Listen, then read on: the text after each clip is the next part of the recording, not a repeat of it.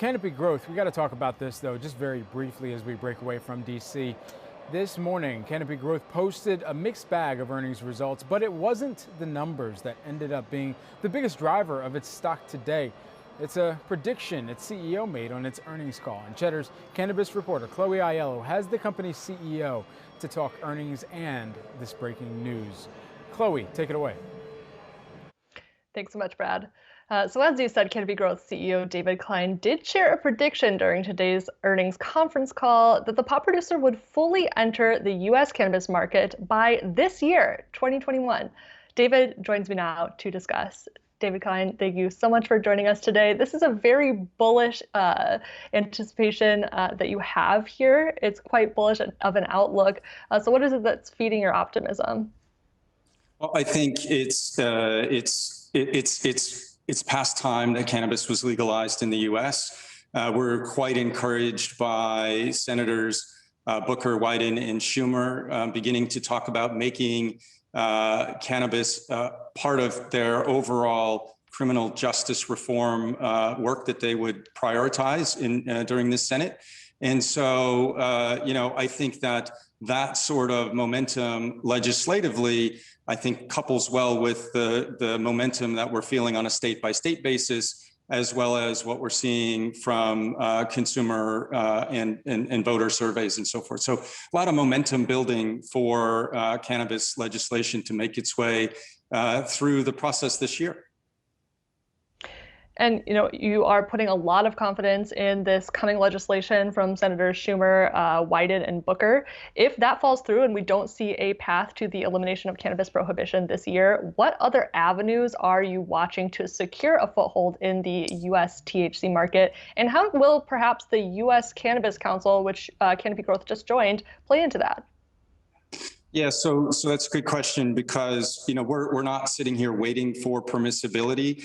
We have our arrangement with Acreage Holdings, which already gives us a 70% ownership of that business upon permissibility, and they've changed their leadership team, and we think they're headed in the right direction.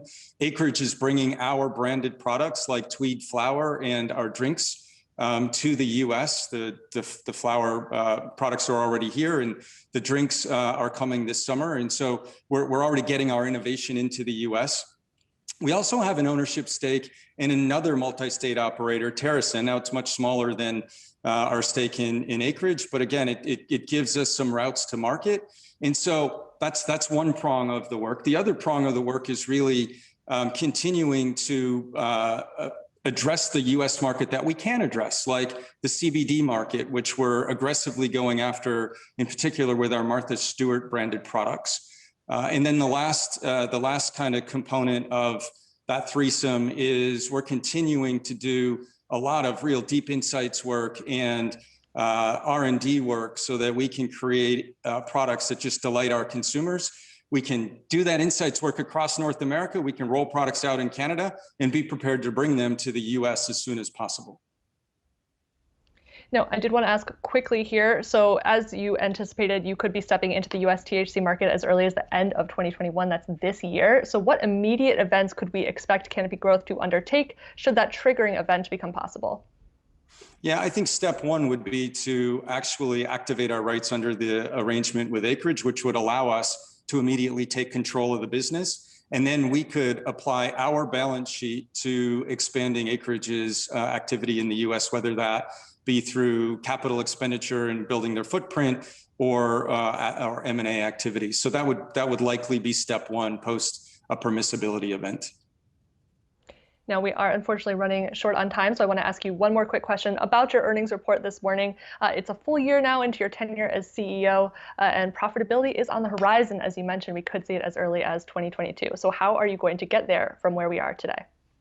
I think it's a combination of a couple of things. The first is cost reductions that we've painfully undertaken over the last year. Most of those are behind us. All of the activity set is behind us. We're now in implementation mode.